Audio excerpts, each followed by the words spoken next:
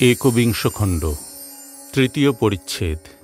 বড়বাজারে অন্নকূট মহোৎসব মধ্যে ময়ূর মুকুটধারীর পূজা। ঠাকুর শ্রীরামকৃষ্ণ কিয়ৎক্ষণ বিশ্রাম করিতেছেন।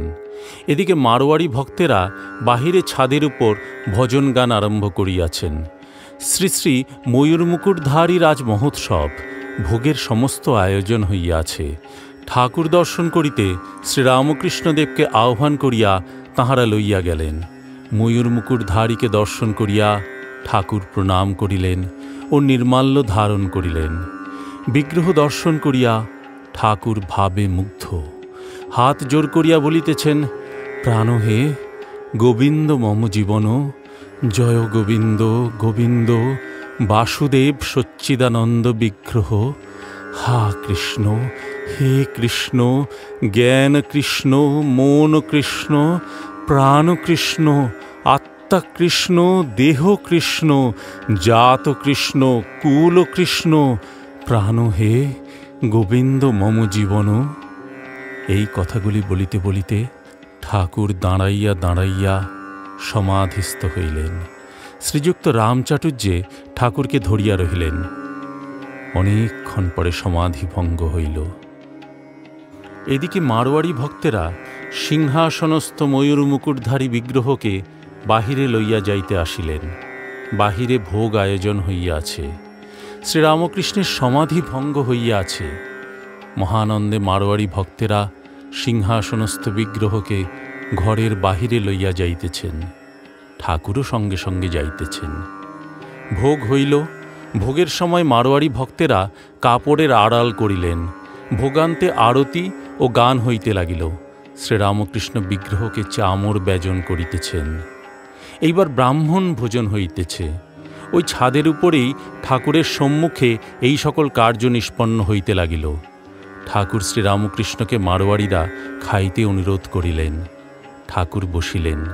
ভক্তেরাও প্রসাদ পাইলেন। ঠাকুর বিদায় গ্রহণ করিলেন। সন্ধ্যা হইয়াছে। আবার রাস্তায় বড় ভিড়।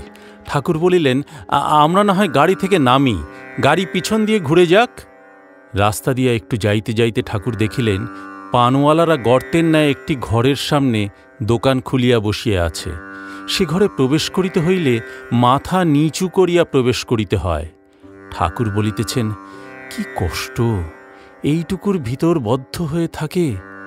সংসারীদের কি স্বভাব, ওইতেই আবার আনন্দময়। গাড়ি ঘুরিয়া কাছে আসিল। ঠাকুর আবার গাড়িতে উঠিলেন। ভিতরে ঠাকুরের সঙ্গে বাবুরাম, মাস্টার, রামচাটুর্যে। ছোট গোপাল গাড়ির ছাদে বসিলেন। একজন ভিখারিনী ছেলে কোলে গাড়ির সম্মুখে আসিয়া ভিক্ষা চাহিল। ঠাকুর দেখিয়া মাস্টারকে বলিলেন, কি গো, পয়সা আছে? গোপাল পয়সা দিলেন। বড়বাজার দিয়া গাড়ি চলিতেছে। দেওয়ালির ভারী ধুম। অন্ধকার রাত্রি, কিন্তু আলোয় আলোকময়। বড়বাজারের গলি হইতে গাড়ি চিতপুর রোডে পড়িল। সে স্থানও আলো বৃষ্টি ও পিপিলিকার ন্যায় লোকে লোকাকীর্ণ। লোকে হাঁ করিয়া দুই পার্শ্বে সুসজ্জিত বিপণী শ্রেণী দর্শন করিতেছিল। কোথাও বা মিষ্টান্নের দোকান, পাত্রস্থিত নানাবিধ মিষ্টান্নে সুশোভিত। কোথাও বা আতর গোলাপের দোকান, নানাবিধ সুন্দর চিত্রে সুশোভিত। দোকানদারগণ মনোহর বেশ ধারণ করিয়া গোলাপ পাশ হস্তে করিয়া দর্শকবৃন্দের গায়ে গোলাপ জল বর্ষণ করিতেছিল। গাড়ি একটি আতরওয়ালার দোকানের সামনে আসিয়া পড়িল। ঠাকুর পঞ্চমবর্ষীয় বালকের ন্যায় ছবি ও রোশনাই দেখিয়া আহ্লাদ প্রকাশ করিতেছেন। চতুর্দিকে কোলাহল। ঠাকুর উচ্চৈশ্বরে কহিতেছেন, আরও এগিয়ে দেখ, আরও এগিয়ে, ও বলিতে বলিতে হাসিতেছেন। বাবুরামকে উচ্চহাস্য করিয়া বলিতেছেন, ওরে এগিয়ে পড় না, কি করছিস? ভক্তেরা হাসিতে লাগিলেন। বুঝিলেন ঠাকুর বলিতেছেন, ঈশ্বরের দিকে এগিয়ে পড়, নিজের বর্তমান অবস্থায় সন্তুষ্ট হয়ে থেকো না। ব্রহ্মচারী কাঠুরিয়াকে বলিয়াছিল, এগিয়ে পড়। কাঠুরিয়া এগিয়ে ক্রমে ক্রমে দেখে চন্দন গাছের বন। আবার কিছুদিন পরে এগিয়ে দেখে রূপার খনি। আবার এগিয়ে দেখে সোনার খনি। শেষে দেখে হীরা মানিক। তাই ঠাকুর বারবার বলিতেছেন, এগিয়ে পড়, এগিয়ে পড়। গাড়ি চলিতে লাগিল। মাস্টার কাপড় কিনিয়াছেন। ঠাকুর দেখিয়াছেন। দুইখানি তেল ধুতি ও দুইখানি ধোয়া। ঠাকুর কিন্তু কেবল তেল ধুতি কিনিতে বলিয়াছিলেন। ঠাকুর বলিলেন, তেল ধুতি দুইখানি সঙ্গে দাও, বরং ও কাপড়গুলো এখন নিয়ে যাও, তোমার কাছে রেখে দেবে। একখানা বরং দিও। মাস্টার বলিলেন, আজ্ঞা, একখানা ফিরিয়ে নিয়ে যাব। শ্রীরামকৃষ্ণ বলিলেন, না হয় এখন থাক, দুইখানাই নিয়ে যাও। মাস্টার বলিলেন, যে আজ্ঞা। শ্রীরামকৃষ্ণ বলিলেন, আবার যখন দরকার হবে তখন এনে দেবে। দেখো না, কাল বেনিপাল রামলালের জন্য গাড়িতে খাবার দিতে এসেছিল। আমি বললুম, আমার সঙ্গে কোনো জিনিস দিও না, সঞ্চয় করবার জো নাই।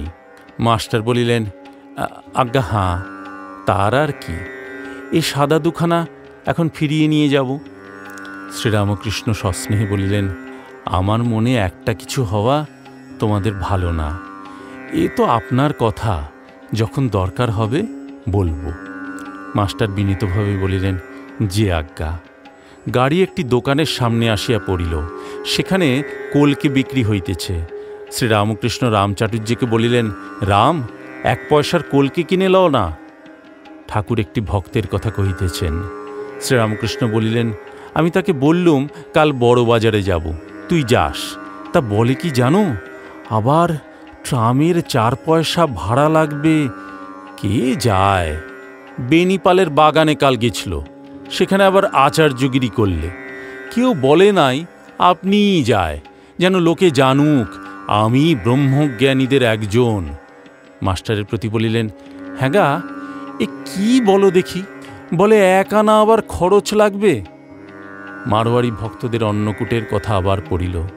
শ্রীরামকৃষ্ণ ভক্তদের প্রতি বলিলেন, এ যা দেখলে বৃন্দাবনেও তাই। রাখালরা বৃন্দাবনে এই সব দেখেছে, তবে সেখানে অন্নকূট আরও উঁচু, লোকজনও অনেক, গোবর্ধন পর্বত আছে, এই সব প্রভেদ। কিন্তু খোট্টাদের কি ভক্তি দেখেছ? যথার্থই হিন্দু ভাব, এই সনাতন ধর্ম। ঠাকুরকে নিয়ে যাওয়ার সময় কত আনন্দ দেখলে। আনন্দ এই ভেবে যে ভগবানের সিংহাসন আমরা বয়ে নিয়ে যাচ্ছি। হিন্দু ধর্মই সনাতন ধর্ম। ইদানিং যে সমস্ত ধর্ম দেখছ, এসব তারই ইচ্ছেতে হবে, যাবে, থাকবে না। তাই আমি বলি, ইদানিং যে সকল ভক্ত, তাদের চরণেভ্য নমঃ। হিন্দু ধর্ম বরাবর আছে আর বরাবর থাকবে। মাস্টার বাড়ি প্রত্যাগমন করিবেন। ঠাকুরের চরণ বন্দনা করিয়া শোভাবাজারের কাছে নামিলেন। ঠাকুর আনন্দ করিতে করিতে গাড়িতে যাইতেছেন।